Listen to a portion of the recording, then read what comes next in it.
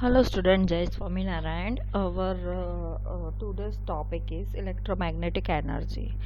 Our chapter number 1 is continue, that is fundamentals of remote sensing, lecture number 4.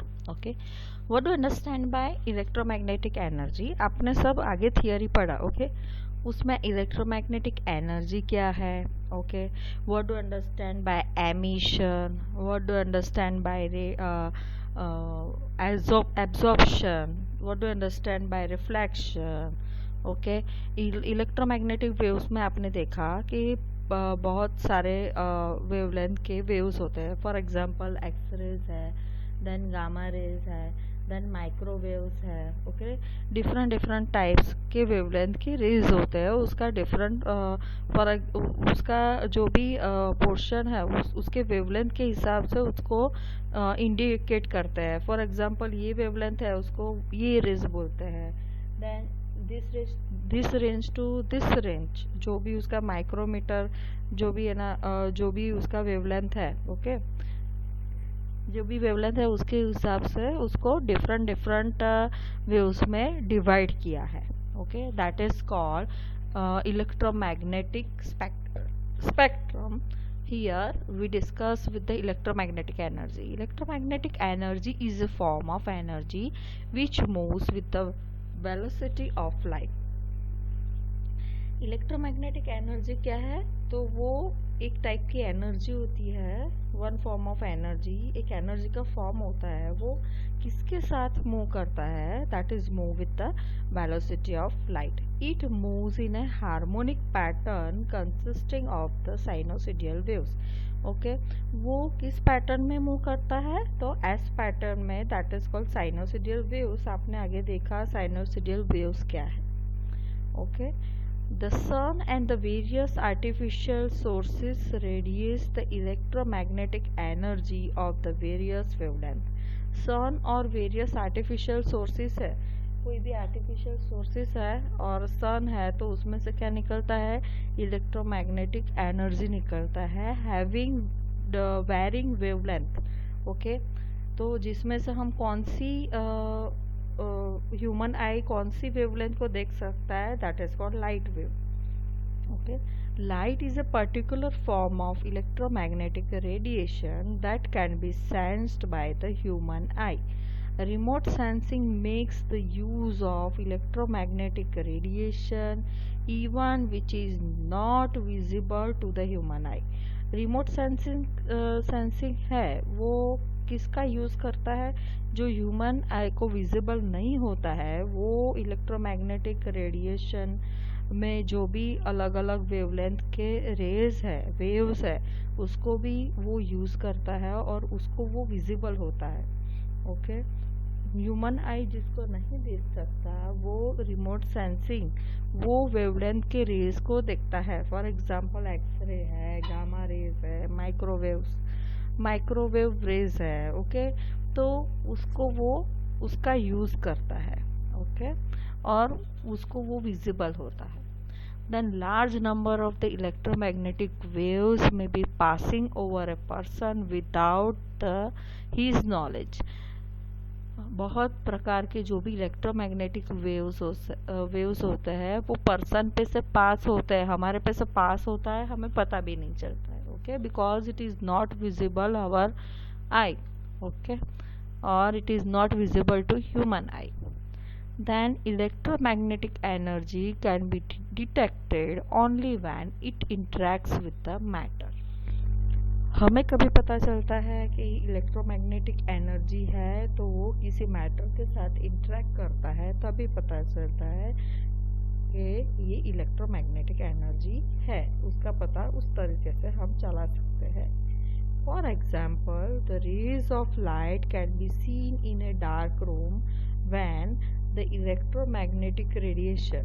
Raise of light हम कब देख सकते हैं? जब भी वो डस्ट और अदर पार्टिकल्स एयर में जो भी होते हैं उसके साथ इंटरेक्ट करता है, तभी वो इलेक्ट्रोमैग्नेटिक रेडिएशन और रेज ऑफ लाइट हम देख सकते हैं. फॉर एग्जांपल, आपने कई बार देखा होगा कि हम रेज देख सकते हैं.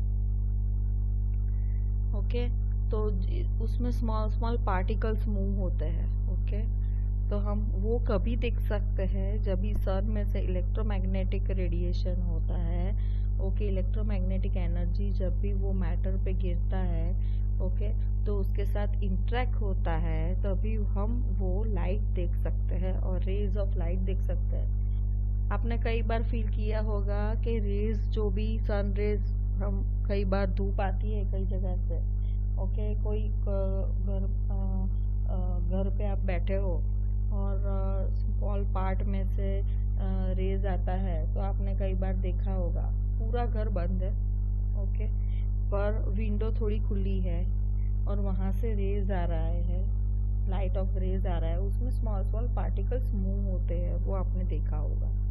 तो कभी हम विजिबल, हमें कभी पता चलता है कि ये रेज ऑफ लाइट है, तो वो जब भी वो पार्टिकल्स और डस्ट के साथ इंटरेक्ट होता है, तभी हमें पता चलता है कि ये रेज ऑफ लाइट है। Then remote sensing is concerned mainly with the detection of electromagnetic energy outside the visible light portion of the spectrum. Visible light portion of the spectrum है, उसके अलावा भी रिमोट सेंसिंग जो अलग अलग type के raise है स्पेक्ट्रम में, इलेक्ट्रोमैग्नेटिक स्पेक्ट्रम में, वो भी डिटेक्ट कर सकता है। Then changes in the electromagnetic energy take place when it interacts with the earth surface and environment। Electromagnetic energy में कभी चेंज आता है जब भी वो अर्थ सरफेस और एनवायरमेंट के साथ इंटरेक्ट करता है। Remote sensing detects this changes and the data obtain is use. Remote sensing क्या करता है, जो भी इलेक्ट्रोमैग्नेटिक एनर्जी है उसमें कौन कौन से चेंजेस आए, ओके, और जो भी data obtain, the data obtain is use, जो भी डेटा ऑब्टेन होता है वो किसके लिए यूज होता है कि for the determination of the characteristics of the earth surface. Earth surface की कैरेक्टरिस्टिक्स क्या है, कौन कौन से ऑब्जेक्ट्स है, कितने पोर्शन में लेक है, देन कितने पोर्शन में बिल्डिंग्स है, कितने पोर्शन में, वो अलग अलग एरिया डिफाइन करता है। बिकॉज वो डिफरेंट डिफरेंट ऑब्जेक्ट्स पे वो जो भी इलेक्ट्रोमैग्नेटिक एनर्जी वो गिरती है, ओके, और उस पे से जो भी रेज रिफ्लेक्ट होता है, तो जो रिफ्लेक्ट होता है वो डेटा कैप्चर करके वो कैरेक्टरिस्टिक्स ऑफ अर्थ कौन सी है, अर्थ पे कौन कौन से ऑब्जेक्ट्स है, ओके, वो उस पे से पता चलता है। Okay, that is called characteristics of the earth surface. दूसरा उसका अर्थ सरफेस पे LBH जो भी है लेंथ, जो भी XYZ कोऑर्डिनेट है, ओके। मेनली रिमोट सेंसिंग का यूज़ क्यों होता है, GIS में क्या था कि कोई भी पर्टिकुलर डेटा है उसका यूज़ होता था। रिमोट सेंसिंग में यूज़ क्या है मेनली कि जो भी हमें डेटा इन पिक्चरल फॉर्म हमें पता चलता है कि कोई भी ऑब्जेक्ट है उसका डेटा हमें पिक्चर के फॉर्म में पता चलता है। ओके, तो जो भी रेज कैप्चर होते हैं, सेंस होते हैं, ओके, तो जिसमें इलेक्ट्रोमैग्नेटिक एनर्जी की जो भी कैरेक्टरिस्टिक्स है, फॉर एग्जांपल वेलोसिटी है, फ्रीक्वेंसी है, उसमें कौन से चेंजेस है, ओके, उस पे से उसका यूज़ करके वो अर्थ सरफेस पे कौन कौन से कैरेक्टरिस्टिक्स है वो डिटरमाइन करता है। Then next, electromagnetic energy moves in a systematic pattern and it behaves as through it consists of many individual bodies called the photons।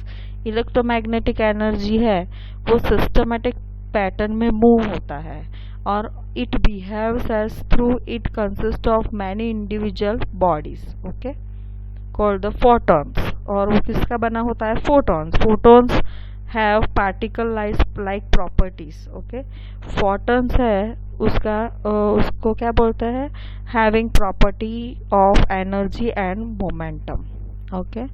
then electromagnetic waves can be described in terms of three basic parameters: velocity, wavelength, frequency, okay। what do you understand by velocity? all electromagnetic waves travel at the speed of light. Okay, these waves move through a vacuum with a velocity of 2,99,793 kilometer per second, or about 3 into 10 raised to 8 meter per second. Okay, then velocity, that means speed of light. Then wavelength, the wavelength is, आपने देखा साइनोसिडियल wave में दो crest point थे, तो दो crest point के बीच में जो भी डिस्टेंस होता है, one crest point to second crest point, sinusoidal wave है उसमें फर्स्ट क्रेस्ट पॉइंट होता है। फॉर एग्जांपल इसमें मैं दिखाऊं आपको, तो फॉर एग्जांपल ये है,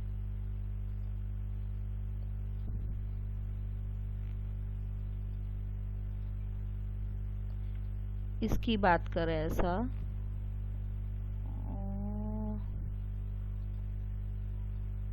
फॉर एग्जाम्पल ऐसा है। ओके, देन ऐसा है, that is called sinusoidal wave. Okay, तो this point to this point, that is called wavelength. Okay,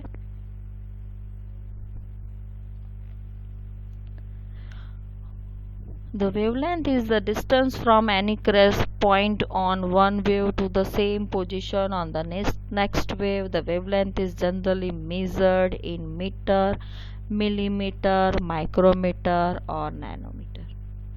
The next one is frequency. The frequency is the number of the cycles completed in 1 second. 1 second में कितने cycles complete होते हैं, that is called frequency. It is measured in hertz, kilohertz, megahertz or gigahertz. Frequency is more fundamental property of the electromagnetic energy than velocity and wavelength. वो electromagnetic energy में frequency बहुत important है as compared to velocity and wavelength. Frequency does not change when the electromagnetic energy is propagated through the media of different densities.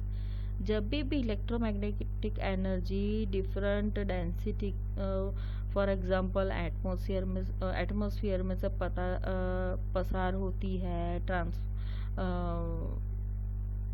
क्या बोलते हैं उसको, different density में से वो पास होती है, तभी उसकी फ्रीक्वेंसी में चेंज नहीं आता, बट वेलोसिटी और वेवलेंथ में चेंज आता है. However, for the convenience in remote sensing, generally the wavelength expressed in micrometer is used. Then electromagnetic energy. The wavelength can be expressed as lambda is equal to C divided by F. Lambda F is equal to C, or if the wavelength is expressed in meter and the frequency in hertz, we have lambda F is equal to 3 into 10 raised to 8. Alternatively, if the frequency is expressed in gigahertz, lambda F is equal to 3 into 10 raised to 2. Then next, interaction of electromagnetic radiation with the matter. Okay, वो matter के साथ electromagnetic radiation कैसे interact होता है. तो electromagnetic radiation striking the matter or the earth is called the incident radiation. The matter may be in solid, liquid or gaseous form. When the electromagnetic radiation strikes the matter, there is interaction between the two. This interaction may change various characteristics of the incident radiation, such as intensity, direction, wavelength, polarization, phase. Okay, तो जब भी कोई matter के साथ interact होता है तभी उसमें चेंजेस आते हैं. दैट इज, किस में चेंजेस आते हैं, रेडिएशन में, इंटेंसिटी में, डायरेक्शन में, वेवलेंथ में, फेज में, पोलराइजेशन में, उसमें चेंजेस आते हैं. The remote sensing systems are designed to detect and record the changes in the incident radiation. कौन कौन से चेंजेस आ रहा है, कितना चेंजेस आ रहा है, तो रिमोट सेंसिंग में वो डिटेक्ट होता है। उस हिसाब से रिमोट सेंसिंग सिस्टम डिज़ाइन होता है जिससे जो भी चेंजेस आ रहा है वो डिटेक्ट हो सके। The data and images obtained are interpreted to determine the characteristics of the matter which the remote sensing systems are designed to detect and record the changes in the incident radiation. Radiation में कौन कौन से changes आते हैं incident radiation में, okay. तो और electromagnetic energy के जो डिफरेंट फीचर्स है, फॉर एग्जांपल उसके जो भी कैरेक्टरिस्टिक्स है उसमें कौन से चेंजेस आते हैं वो रिमोट सेंसिंग सिस्टम जो है वो डिटेक्ट करने के लिए डिज़ाइन करता है। The data and images obtained are interpreted to obtain the characteristics of the matter which produce those changes. The data और images क्या करते हैं, obtain, जो भी हम रिमोट सेंसिंग से डेटा और इमेजेस लेते हैं उसको इंटरप्रेट करते हैं to determine characteristics of the matter, okay. तो वो मैटर की कैरेक्टरिस्टिक्स कौन सी है, विच प्रोड्यूस दोज चेंजेस, वो मैटर की कौन सी कैरेक्टरिस्टिक्स है जिसकी वजह से जो इलेक्ट्रोमैग्नेटिक रेडिएशन है उसमें और उसके जो भी फैक्टर्स है और उसके रिलेटेड जो भी फ्रीक्वेंसी है, देन फ्रीक्वेंसी है, वेवलेंथ है, किस में चेंज आते हैं, ओके। तो वो मैटर की कौन सी कैरेक्टरिस्टिक्स की वजह से उसमें चेंजेस आ रहा है वो रिमोट सेंसिंग से पता चलता है, okay. The interaction of electromagnetic radiation with matter usually consists of the following 5 modes. First one is integration of electromagnetic radiation with the matter usually consists of the following 5 modes. जब भी electromagnetic radiation कोई matter के साथ integrate करता है, okay, तो किस पे डिपेंड करता है, okay, the integration of electromagnetic radiation with the matter, जब भी वो मैटर के साथ क्या बोलता है उसको इंटरेक्ट करता है तभी कौन कौन से 5 मोड्स होते हैं, तो transmission, absorption, emission, then scattering और रिफ्लेक्शन। क्या मैटर के साथ इंटरेक्ट करने के बाद, ओके, कौन कौन से मोड्स क्या होता है, that is called transmission, absorption, emission, scattering and reflection. First one, यहाँ पे एक सोर्स दिखाया है इलेक्ट्रोमैग्नेटिक एनर्जी सोर्सेस जिसमें से एक रे आया, ओके। यहाँ पे उसने अर्थ सरफेस पे इंटरेक्ट किया जिसमें से कई एनर्जी है वो ऑब्जेक्ट और जो भी मैटर है उसने ट्रांसमिट कर ली, कई एनर्जी है, some amount of energy is absorb by the matter, that is called absorption, some amount of energy is reflected back, some amount of energy is scattered that means जो भी energy है, okay, उसका direction fix नहीं होता है, वो अलग अलग डायरेक्शन में स्कैटर्ड होती है, that is called scattering. Then some amount of energy is emitted, that means matter वहाँ पे इंटरेक्ट हुआ और जो भी एनर्जी वो मैटर पे जो भी एनर्जी है वो मैटर के साथ उसने इंटरेक्शन किया तो क्या होगा, एमिशन होगा, that means some amount of energy is release by the matter, that is called emission. अभी डिफरेंट टर्म्स पढ़ेंगे, what do understand by transmission, absorption, The transmission is that component of the incident radiation which passes through the matter. जो भी matter है उसमें से जो भी energy पास होती है, रेडिएशन पास होता है, that is called transmission. The velocity of the electromagnetic radiation changes in the matter depending upon the density of the medium. For example जो वेलोसिटी है इलेक्ट्रोमैग्नेटिक रेडिएशन की, तो जो भी मैटर है उसका डेंसिटी कितना है, ओके, मास उसका कितना है, कितना थिक है, ओके, तो उस पर डिपेंड करता है कि इसकी वेलोसिटी में कितना चेंजेस आएगा.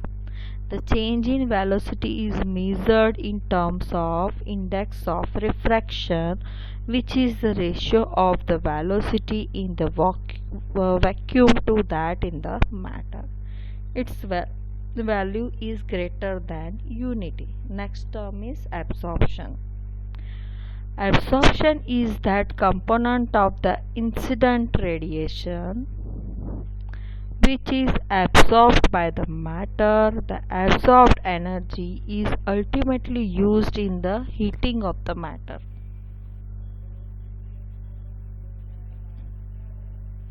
Then next one is emission. Emission is the energy emitted by the matter. Emission usually occurs at the longer wavelength. For example, कोई लॉन्गर वेवलेंथ वाला जो भी इलेक्ट्रोमैग्नेटिक एनर्जी है वो मैटर पे गिरता है तो एमिशन हो सकता है. ओके, तो किस फॉर्म में एनर्जी एमिट होती है, दैट मीन्स एनर्जी वो एनर्जी एमिट होती है. ओके, जो भी लॉन्गर वेवलेंथ है उसमें एमिशन हो सकता है. It depends upon the structure of the matter and its temperature. जो भी मैटर का स्ट्रक्चर किस टाइप का है और उसका टेम्परेचर कितना है, तो वो मैटर पे से वो energy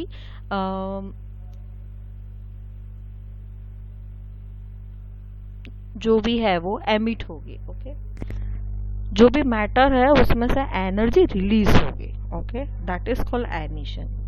the next scattering. Surfaces which have roughness. For example rough surface है तो उस पे से क्या होगा, फॉर एग्जाम्पल कोई रे है, different incident energy, okay, wavelength of the incident energy cause, for example rough surface पे इलेक्ट्रोमैग्नेटिक एनर्जी जो भी रेडिएट होती है और उसके उस पे से क्या होगा, वहाँ पे स्कैटरिंग होगा. फॉर एग्जांपल स्मूथ सरफेस है तो वहाँ पे स्कैटरिंग कम होगा और नहीं होगा. ओके, तो surfaces which have roughness comparable to the wavelength of the incident energy cause scattering.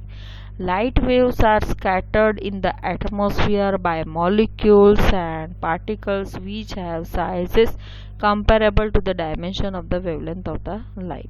Light waves are scattered in the atmosphere. Light waves वो स्कैटर्ड होते हैं इन द एटमॉस्फेयर में. कैसे? By molecules and particles which have sizes comparable to the dimension of the wavelength of the light.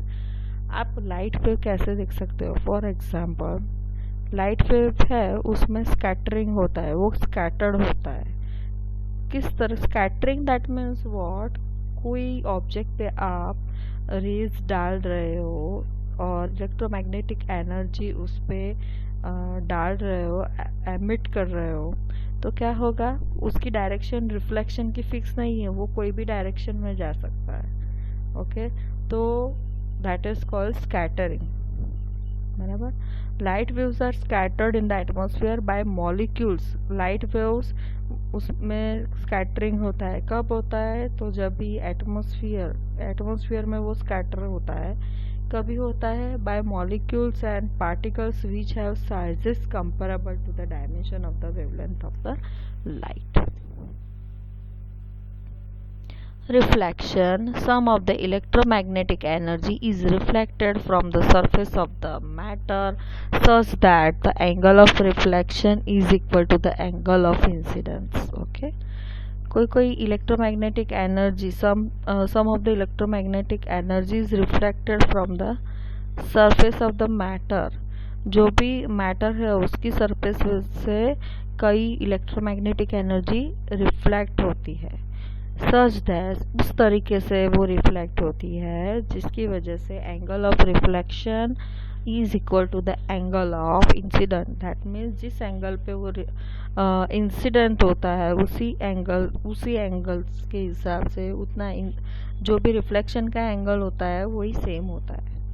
Okay, incident और reflection का angle दोनों same होता है। Then reflection is caused by the surfaces which are quite smooth relative to the wavelength of the incident energy.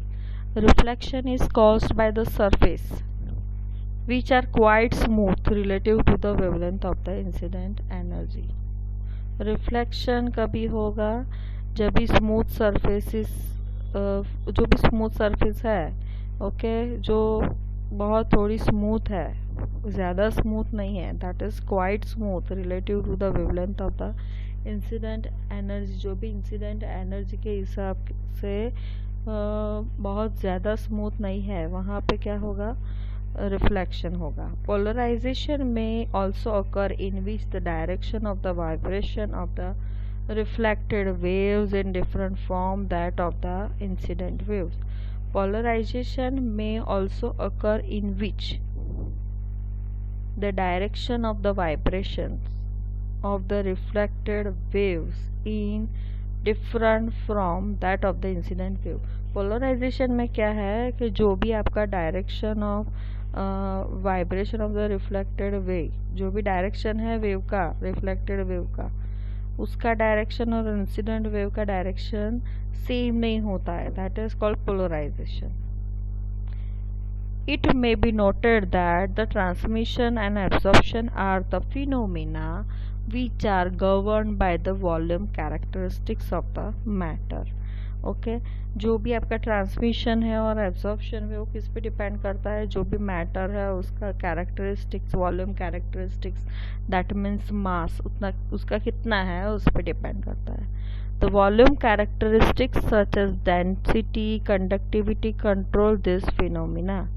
On the other hand, emission, scattering, reflection are the phenomena which are governed by the surface characteristics such as roughness, color. तो जो भी emission होता है, scattering होता है, reflection होता है, वो किस पे डिपेंड करता है कि जो भी मैटर है उसका रफनेस कितना है, कौन सा कलर है, उस पे डिपेंड करता है। Thank you.